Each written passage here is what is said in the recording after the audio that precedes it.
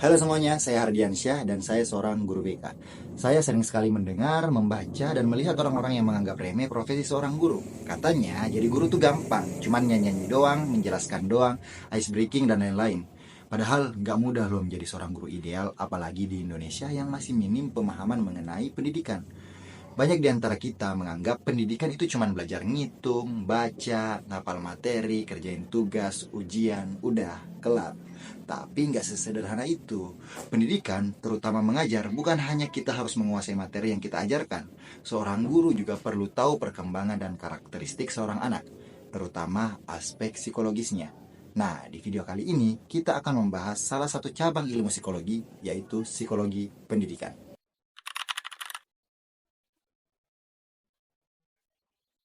Sebelum membahas lebih jauh apa itu psikologi pendidikan, kita perlu paham dulu nih, apa itu psikologi. Nah, psikologi secara etimologi terdiri dari dua kata, yaitu sai yang berarti jiwa dan logos berarti ilmu. Jadi, psikologi adalah ilmu yang mempelajari tentang ilmu jiwa. Nah, bagaimana perilaku manusia terbentuk, emosi yang mempengaruhinya, kebiasaan manusia, kekalutan mental, dan lain-lain. Singkatnya, psikologi mempelajari tentang perilaku manusia. Jika dikaitkan dengan pendidikan, psikologi pendidikan memfokuskan pada cara memahami perilaku manusia dalam belajar dan mengajar.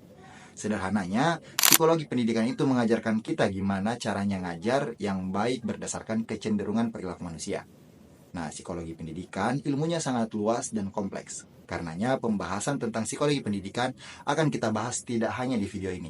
Akan ada video lanjutan mengenai pembahasan psikologi pendidikan. Stay tune. Oke, lanjut.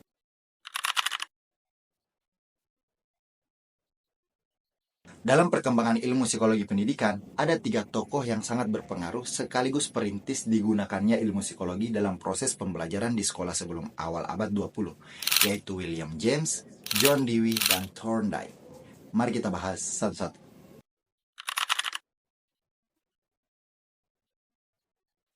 William James, seorang psikolog Amerika Serikat, menulis sebuah buku pada tahun 1890 berjudul Principle of Psychology. Setelah sukses dengan bukunya, ia sering memberikan kuliah di berbagai kampus dengan tema pendidikan. Salah satu kuliahnya yang bertajuk Talks to Teacher. Dalam kuliahnya, ia mendiskusikan penggunaan ilmu psikologi untuk mendidik anak. James menjelaskan, eksperimen psikologi di laboratorium sering sekali tidak bisa menjelaskan bagaimana mengajar anak secara efektif. Ia menegaskan perlunya mempelajari proses belajar mengajar di kelas untuk meningkatkan mutu pendidikan. James memberikan rekomendasi untuk memberikan materi yang sedikit lebih tinggi di atas pengetahuan dan kemampuan anak, agar cakrawala berpikirnya semakin luas. Misalnya, seorang anak SD kelas 5 bisa diberikan sedikit pembelajaran anak SD kelas 6, guna melatih kemampuan berpikir anak ini. Nah, ini yang biasa dilakukan seorang guru dalam melakukan asesmen sebelum melakukan pembelajaran, untuk mengetahui sejauh mana pemahaman anak tentang materi dan konsep tertentu. Biasanya, guru dalam membuat soal pasti ada satu atau dua soal yang sangat sulit dikerjakan, bahkan belum dipelajari sebelumnya oleh si anak. Tujuannya apa? Ya, untuk mengetahui tingkat pemahamannya. Hal ini berasal dari pandangan James.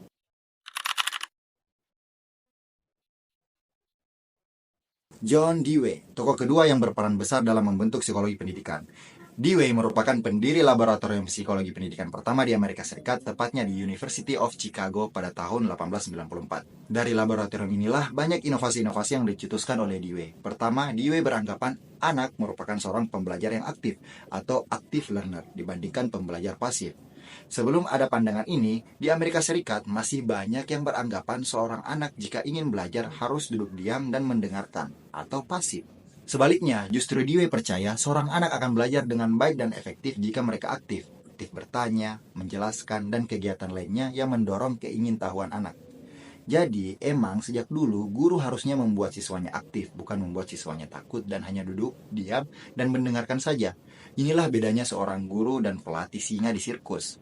Guru menebar rasa ingin tahu, sedangkan pelatih sirkus menebar ketakutan.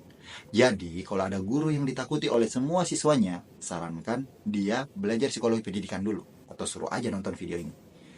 Kedua, dari Dewey kita mendapat ide bahwa pendidikan seharusnya tidak hanya difokuskan pada akademik saja, tapi harus secara menyeluruh, terutama cara beradaptasi dengan lingkungan. Dewey percaya bahwa anak tidak hanya mendapat pembelajaran akademik saja, tetapi harus diajarkan cara untuk berpikir dan beradaptasi dengan dunia di luar sekolah. Ia sangat menekankan anak perlu belajar cara mengatasi masalahnya sendiri secara efektif, yang saat ini dikenal sebagai soft skill. Jadi, pinter itu bukan cuma pinter matematika, fisika, kimia doang. Perlu juga keahlian lain seperti kepemimpinan, public speaking, disiplin, manajemen waktu, dan kepercayaan diri. Anak juga harus dilatih mandiri dalam menyelesaikan masalah-masalah sehari-harinya. Cara bergaul, cara berteman, membersihkan dan merapikan kamar, dan pekerjaan-pekerjaan rumah lainnya. Ketiga, Dewey merupakan sosok yang menggagas pendidikan adalah hak untuk semua anak. Karena pada saat itu, pendidikan hanya didapatkan oleh sebagian kecil anak, terutama dari keluarga-keluarga orang kaya. Jadi, ide pendidikan adalah hak semua anak sudah ada sejak zaman dulu. Walaupun sekarang sudah dikapitalisasi. UKT naik, susah dapat beasiswa, dan lain-lain.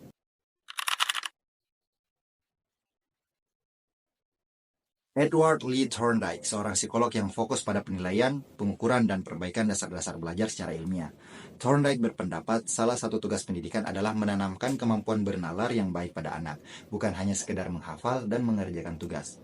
Selain itu, Thorndike mengajukan gagasan bahwa psikologi pendidikan harus memiliki basis ilmiah dan harus berfokus pada pengukuran. Jadi proses belajar harusnya memiliki alat ukur yang jelas dan dapat dibuktikan secara ilmiah. Inilah cikal bakal terciptanya ujian tertulis yang terstandarisasi. Jadi, soal-soal ujian yang kamu kerjakan waktu SD, SMP, SMA, dan kuliah, ide awalnya tuh dari orang ini nih. Andai dulu Thorndike nggak belajar psikologi, mungkin sekarang nggak ada ujian kayaknya ya.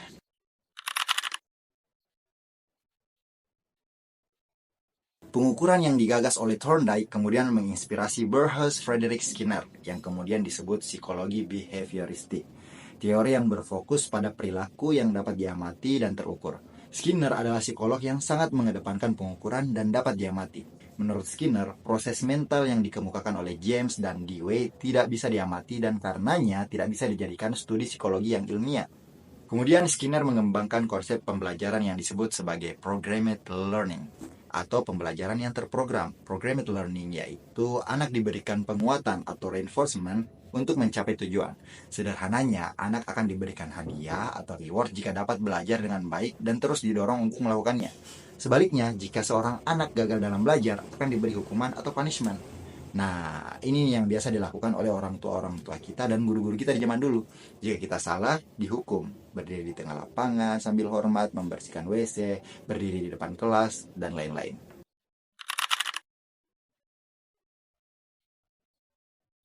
Pandangan Skinner tentang pendidikan dan konsep pembelajaran programmed learning yang dikembangkan dikritik oleh beberapa pihak karena tidak memperdulikan aspek-aspek lain yang ada pada diri anak, seperti tujuan belajar.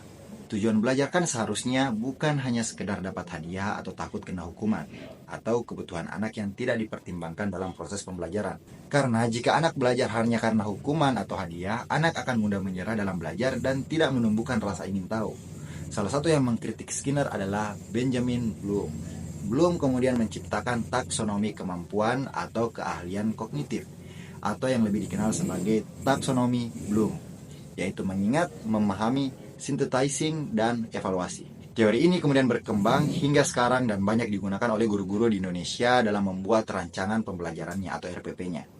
Menurut Bloom, seorang guru harus membantu anak untuk bisa mulai belajar dan mengingat hingga dapat mengevaluasi. Setelah kritik yang diajukan oleh Bloom mengenai proses belajar, menjelang akhir abad ke-20, banyak ahli psikologi pendidikan kembali menekankan pada aspek kognitif dari proses belajar, seperti yang dikemukakan oleh James dan Dewey dibandingkan hanya berfokus pada perilaku seperti yang dikemukakan oleh Skinner.